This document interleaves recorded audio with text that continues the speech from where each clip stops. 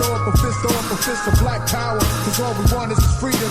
Throw up a fist of black power, cause all throw up a fist of black power, cause all we want is freedom. Throw up a fist of black power, cause all we want is freedom.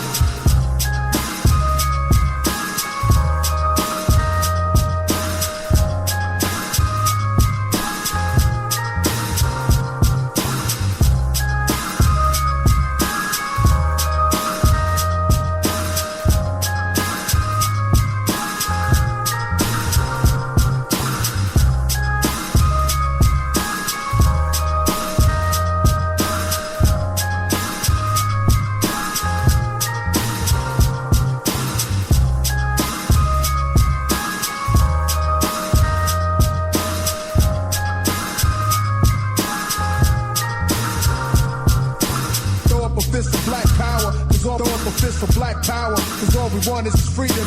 Throw up a fist of black power, cause all we want is freedom. Throw up a fist of black power, cause all we want is freedom. Throw up a fist of black power, cause all we want is freedom. Throw up a fist of black power, cause all we want is freedom. Throw up a fist of black power, cause all we want is freedom.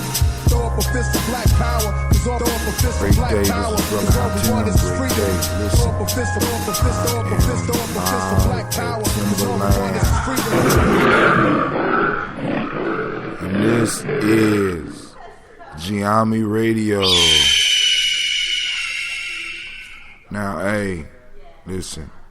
Well, let me say it right. This is Giami Journey Radio. All right, so let's do this. Let's do a quick recap of what's been going on here at Simba Camp. So far, the young men are coming together and everything is working out beautifully.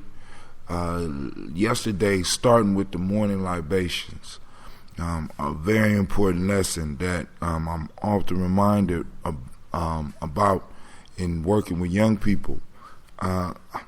We had a time crisis, which basically means that the kitchen was preparing French toast for us, and the French toast wasn't ready. We had about 20 minutes till breakfast, so Brother Chris asked me to do a workout for the young man, a little simple workout just to keep him busy long enough to give the kitchen a little bit more time to get some French toast, which was good, by the way. And I got out and I did some exercises. I did some push-ups and I did some balance exercises. And I had one of those brain farts where you are caught on the spot, but you don't remember exactly what it is that you're supposed to do. And one of the kids from Chicago said, "Brother Tim, what about this exercise?" And he pulled out an old isometric exercise that I did for the young people maybe a year or 2 years ago. And the lesson there is that we always have to be aware that our young people are watching us and they are learning from us. That was a wake-up moment, a reminder moment that every step we take, we are being monitored. And what even made it crazier was the young Simba that said it to me. I didn't think that he was paying attention when he was here last time. But hey, it's all good. That's what happens up here in Simbaland. So we moved from there into the cafeteria, and we start the chant. And every now and then I got to get up and do something with the chant. You know what I'm saying? Every now and then I have to get up and do something with the chant. I got up with the chant, and I was able to explain to them that it ain't about how loud they are. It's about the feeling that they project. It's about getting people to feel you, and they turned it out. So if you want a Simba ringtone, I would suggest that you go to day 6 morning greeting. And y'all know I spell morning different because I look at the morning differently. I'm not writing morning. I am writing mourning. Morning. What are you releasing? Because that's what morning means, when you release something. So these young people released it. Simba was in the house. Simba was in the house yesterday morning. From there, we went to where I at least went to the adult lab. I'm in charge of the adult lab this year. And Brother Yahel came in and he did a session with the adult lab. I got part of it on tape. I got a majority of it on tape. Now, it's only a minute posted. Right now, I'm working on posting up the rest of it. But it was a powerful story. It was a powerful lesson using the prodigal son story to start a discussion about the mask that we wear and learning how to recognize the mask. So I would suggest that those out there that want to see some of the stuff that we're passing on to the older kids, it would be real good for you to get that recording. It'll be a post that I'm trying to upload it now, but everything is moving slow, and that's cool. You know what I'm saying? We got time. So, but I'm big up in Pastor Yahel Curry because he did an excellent job. I mean, as he usually do, delivering that message and that lesson. Now, for those that don't understand, we have Simbas and we have what I would label as warriors, individuals who have been Simbas for 3 years and up or are approaching 18 that are in a tribe called Fire. They have been Simbas before, but they have been either to Simba over three times or they're approaching 18 at this point in time, and now is the time for them to learn how to be nation builders. And then we also have what's called Adult Lab, and this is for individuals who are 18 and up, who were actually 19 and up, who are too old to be Simbas but want to participate in the Simba experience. So they come to the Adult Lab and they learn what it means to be a nation builder, learn what it means to be a warrior, because, you know, of course, in the Geometry system, we have warrior then nation builder. So it's sort of a warrior training, and for those that are older than the warrior phase, is a warrior refresher and a nation builder starter class. So tune into that and get some of the lessons. Why he here? Because he's been dodging me. I'm gonna ask Brother Tony to come over here because he got his coffee. Come on over here, Brother Tony. There's a seat right on this side.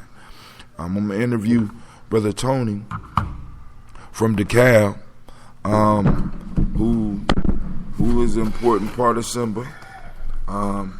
He's assisted in the kitchen this year, but he's a man of many talents. Now, he did an excellent dancing with the scriptures, but I didn't have the recorder on. But I just want to open it up so Tony can share with those people out there who are interested in Simba, for those people out there whose children are involved with Simba, to give them some words about Simba and the importance of Simba. Ashe, thank you, Hatem. Tony Chapman, nation builder / cook here at Simbaland. I want to thank you for taking a moment to listen to Hatem broadcast. And I just want to say that Simba is it's not something that I do, it's something that is a part of me. It's in my soul. It was God has placed in my life. And I just want to say, if you are a kid or adult, that Simbaland might be the place for you. It's not a job, it's a calling. So if you have that calling on your life that you want to make our African American community a little bit stronger, a little bit better, one person at a time, that Simba might be a place for you. It's the opportunity. It kind of grabbed a hold to me. My sons was involved in Simba, and they brought it to DeKalb, and we hosted them, and the kids were so powerful. I thought I was there to help them, and it turned out that they was helping me. So I just want to say that Simba is the place where we go to renew our minds and soul and body. It's where we go to know that life is not wasted. It's where we go to know that there's some right in this world where so much wrong is going on. And our kids need us, and we need our kids. I like to think we're doing what we call bridging the gap, that there's no communication between elders and middle age and young kids, and there's no communication. So when there's no communication, there's a breakdown somewhere. And if there's a breakdown somewhere, then we can't live the life that God has called us to live. So there's no respect among ages. So we have to get that back, because we need to listen to the young folks as well as the older folks. The young folks need to listen to us older cat who's gaining a little wisdom, and just understanding that that because you old don't mean you have wisdom. It's something that's placed upon you, upon God, that worldly wisdom is not going to do you any good in this time and age. The politician is not going to help us. The schools are not going to help us. It's up to us to help ourselves. So if you have, or you feel like you're missing something in your life, I just want to say it might be a calling God placing upon your heart to get out and seek something other than your own well-being. You don't live until you live for someone else. Sometimes we're only willing to die for those that we gave birth to, but are you willing to die what God gave birth to? So that's this universe. So that's why I'm here, because I'm willing to die some days. All right. Hey, now, so I do all that, and I say all that to say, Simba is a program worthy of your support. One of the things that we are going to increase in learning to do and to focus on doing a little bit more is to start asking, because I'm doing this radio show. We getting crazy hits. I mean, we got over 1,000 hits just in the 7 days that we've been here for this radio show. You know what I'm saying? I ain't gonna say 1,000. Let's say about 500 just to be safe. But I'm gonna say this. Every day that I have did a show out of here, I done got about 200 hits. So I could be underestimating 1,000. I could be overestimating. But the point that I'm making is there's enough of you out there listening that if each of us was to pull $5 together, we would be able to at least send 10 kids to Simba Camp. And if we really work at it, we could do a lot more. But now, since I got Tony here and I didn't get a chance to record his sermon, I'm not going to ask him to do the whole sermon, because you see I'm surrounded by brothers that could talk like I talk. He went in on me. You know what I'm saying? And I don't mind, because you know why? This is Giame Radio in Simbaland. We can do that. You know, we control the airwaves around here. Could you give us a little synopsis of your sermon? Because you started off the week on our theme, and the sermon you gave was good. And actually, the reason I didn't tape it, because when you came up, you introduced yourself and you got into it, and I forgot to push the play button. That's how good it was, and that's why I'm upset. So can you give the people a small touch of where you came from and what you brought? So Acts chapter 9, verse 9. I started at verse 1, I should say. And it was the part when Saul became Paul. It was the part where God decided that before Saul can become Paul, he had to blind him first. And a lot of times when God leads us, he blinds us. We're not sure where or how we're going to God's next level. But usually there's something that needs to be removed before God can work with us. So the thing for this year's Simba is removing the mask. And removing the mask only means you are in the art of eluding someone, pretending to be something that you're not. And God needs you to be who he called you to be, and understanding that he knew who you was when you were still in your mother's womb. So at some point we have to allow God to take over our life. So we have to decrease so God can increase. So in the part of increasing, God slowly removed that thing that we call a mask from us.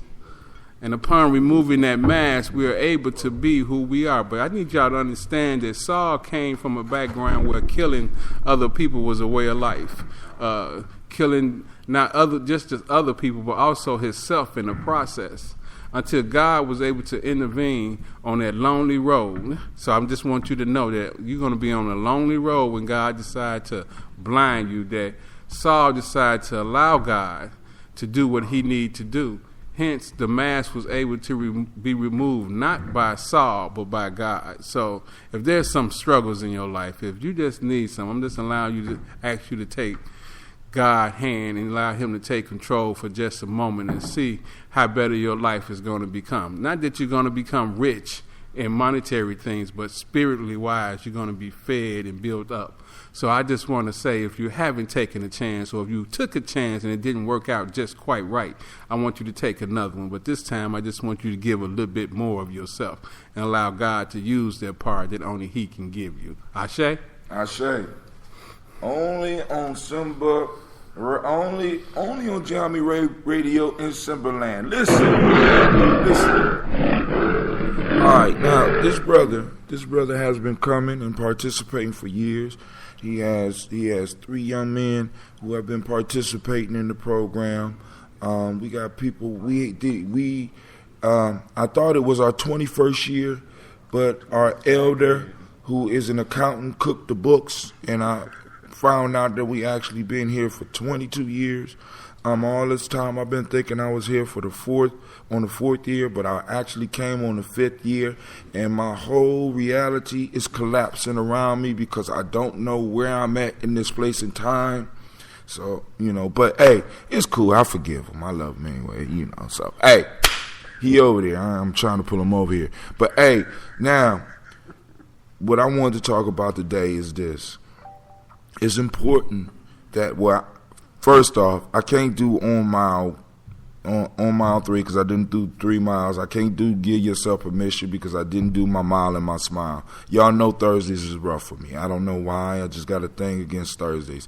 But I want to talk to you about maintaining a sacred space. Simba is a sacred space for me. And when I come here, it's like I'm in a different place in time. I'm not in regular reality, and I know I'm not the only one that this happens for.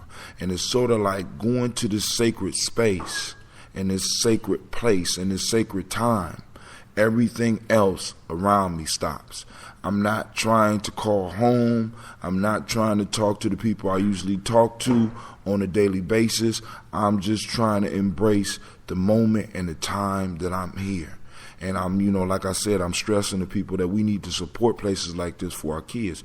But on the personal tip, we all need to find ourselves some sacred places and sacred times. And we need to hold those things dear to us, because in those sacred places and sacred times, we really learn about us. And it gives us an opportunity to recharge. So in your home, in your city, somewhere in your life, find yourself a sacred space where you could go, where everything else falls off and you have time to hear yourself. This is Brother High Tim coming at you live from Simbaland. I'm about to do my folk tales for grown folks. If Tony want to join me for that, he can. If Gaylord want to join me for that, he can. I'm going to let you move in. but we are out. Huh? Who? We. Who is we? I say it is too much weed.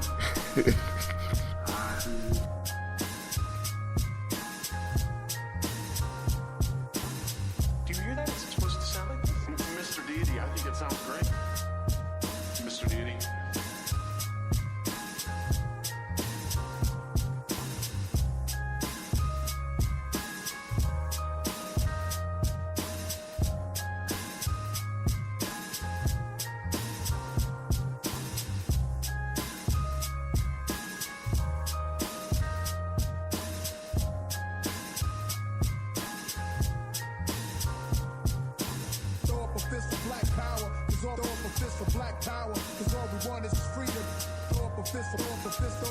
Throw up a fist for black power, 'cause all we want is